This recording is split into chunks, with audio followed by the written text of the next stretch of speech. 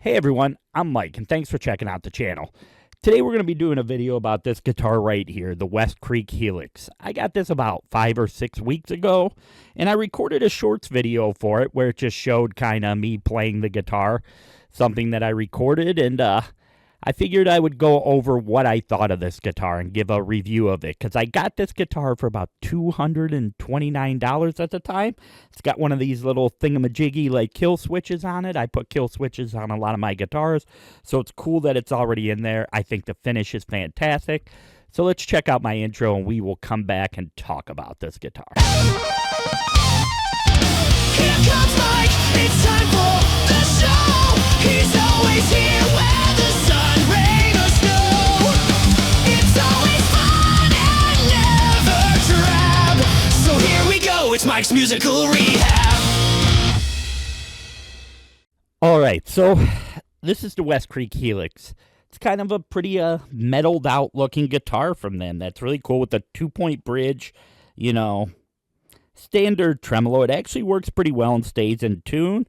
I believe this has push-pull on it, which it does. You know, 1 volume knob, 3-way switch, 2 high output pickups. This one I've changed and put locking tuners on, if you can see that. I add locking tuners to pretty much everything. Right now the action is a little bit high on this, but I'm not going to really blame WestCreek on that because it's kind of like the humidity in here has been a little off, so I'm going to have to reset up a lot of stuff, even though this is a roasted maple neck and shouldn't really react too badly to that, but I do need to set this up a little bit. All right, so what I'm going to do real quick here is I'm going to show you a playthrough that I did with this guitar, and then we'll come back and we will talk more about it.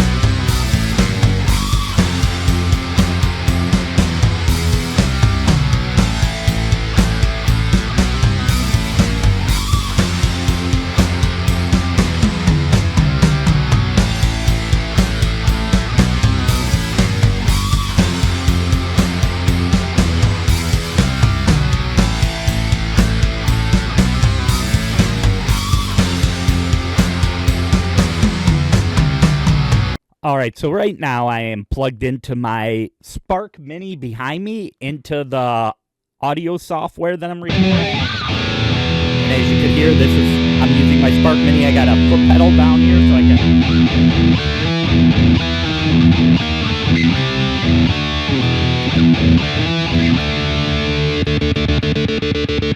can...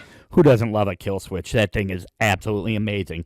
So here's what I found with this guitar. It plays great. Pickups sound great. Don't sound muddy. Sound really, really good. I change pickups in a lot of guitars, and in this one, I did not do that. It's got a 2-point trem, so you can get kind of do the up and down little whammy bar type thing. It's no Floyd Rose, but it does work decently. It will knock you a little bit out of tune, as with all these guitars. The locking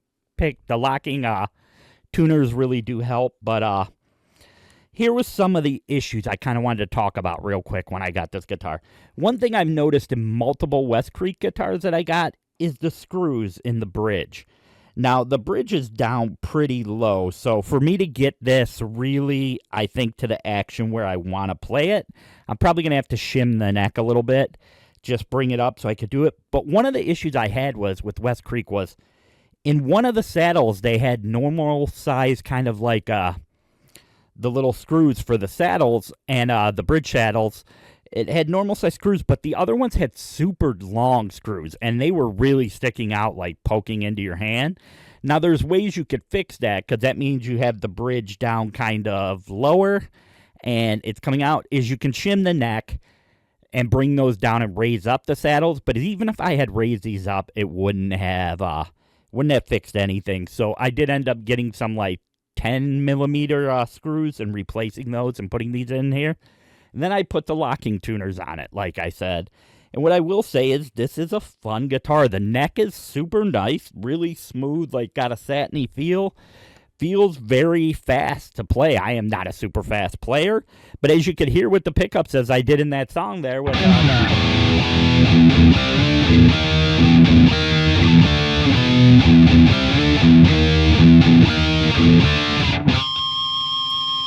hit your little definite harmonics. It's strong enough for doing that.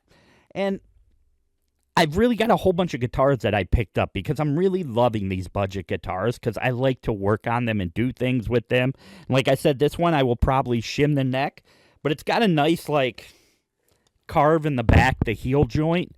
It's really nice for going down and playing, like doesn't get in the way of your hand. Just a 4 bolt-on neck, like I said. Obviously, here's a little bit, I know everyone always asks for, here's like a little bit of a clean tone, I guess, would be. Let's do this.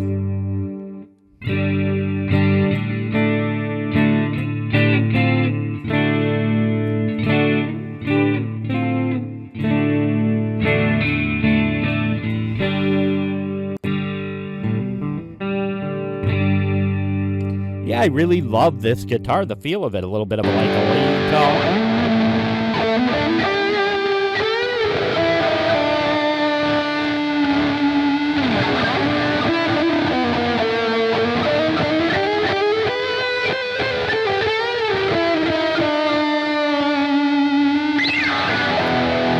And as you can hear, I hit the whammy bar there, still in tune.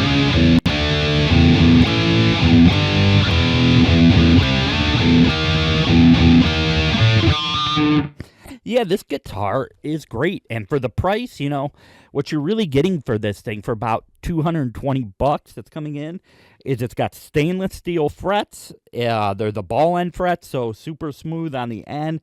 They're not, you know, they always say like jumbo or large frets. These are not jumbo like frets. These are just kind of, they're always a little bit smaller on these guitars. And that's one of the things I notice with some of these guitars. When they put the smaller frets, I'm a guy that likes higher frets on the guitar because it really does make the action a little bit better. This with the smaller frets, I would probably bring this down to about here, which is what I'm going to do. So I'm going to shim the neck on this and get it to work and play exactly like I want it to play. But I just wanted to come up and make a quick video because I really think these brands like WestCreek and Leo James and Fedsley are making some killer guitars. And I did a bunch of kit guitars. I did an Acklock kit guitar, which is fantastic. One of my favorite kit guitars I ever built, and I'll show you that guitar later. And I got a laser engraved guitar up there that I did from Leo James. That's really cool. And just want to come on and give a quick little video about this guitar, the WestCreek Helyx. Great if you are a metal player, obviously. This is really going to be right in your wheelhouse. Great little guitar for what it is. Super fun to play. Like I said, I switched out locking tuners. I put locking tuners on everything. And here's what I'll say if you're going to do that. I know a lot of people with inexpensive guitars will get locking tuners. And you can go online sometimes and find, like at Amazon or Temu, some locking tuners that are like 12 to 15 bucks. If you're going to replace the tuners out on these things, because they're not that bad, the original tuners, they are like 18-to-1 gear ratio. Definitely just get yourself a good set. Geiger makes a really good set for $40 to $50. You know, Hip Shot's in about the $70 mark. If you want to get into Godot, a little more money, absolutely.